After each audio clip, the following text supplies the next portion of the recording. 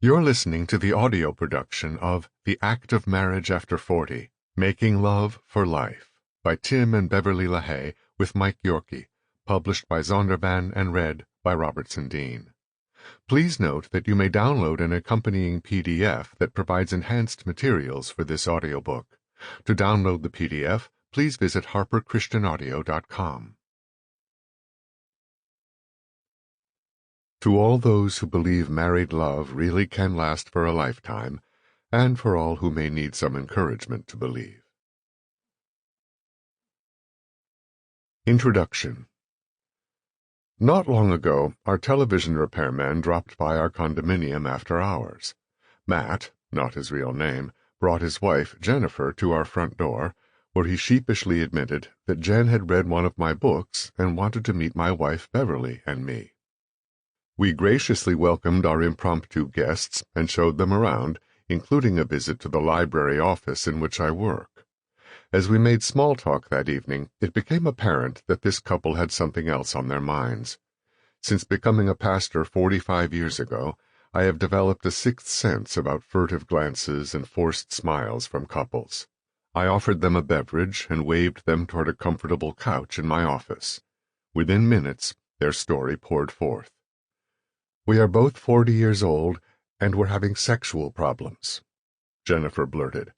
"I have no interest in doing it at all." I noticed her husband's eyes were cast downward. There, the problem was out in the open.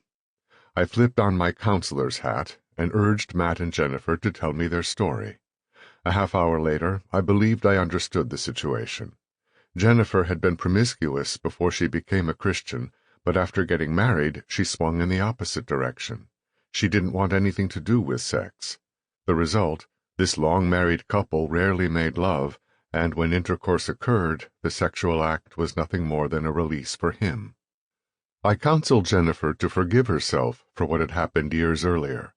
I reminded her that sexual intercourse is the most beautiful and intimate expression of love that can be shared by a husband and wife, and one well worth the effort.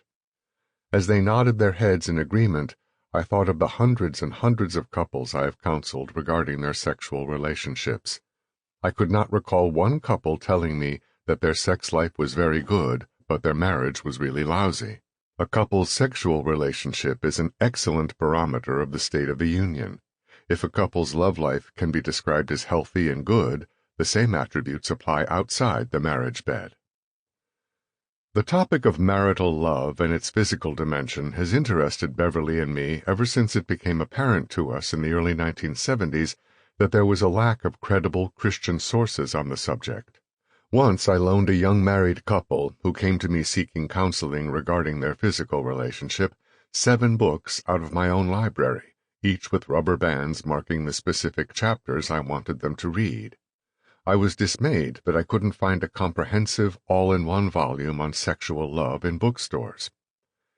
Dr. Robert K. DeVries, then executive director of Zondervan Publishing House, took us to lunch one day in 1973 to express his contention that a book about sexual adjustment in marriage was sorely needed in Christian bookstores. He asked Beverly and me if we were willing to write a book on the Christian view of sex in a marriage. "No," I replied in a knee-jerk fashion. "Ministers don't write about sex." Dr. DeVries would not be deterred. "Would you pray and talk it over between the two of you?" he asked. "We feel there is a real need for a pastor, well known for biblical reliability, and his wife to team up together on this project." We thanked Dr. DeVries for his time and promised to pray about his offer. Beverly, bless her heart, was understandably reluctant to take on this endeavor. Yes, we had been married for 29 years, raised 4 children, and had been blessed with 4 grandchildren.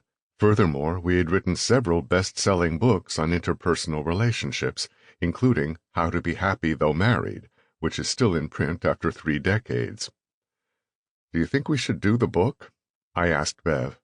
"Absolutely not," she said energetically. "That would be like people looking into the privacy of our bedroom." Then something interesting happened. Bev counseled 10 wives over the next 2 months, and all of them expressed their aversion to sexual intercourse. Their pleas for Beverly's help were genuine, as were their words of appreciation after Bev's Sample complete. Ready to continue?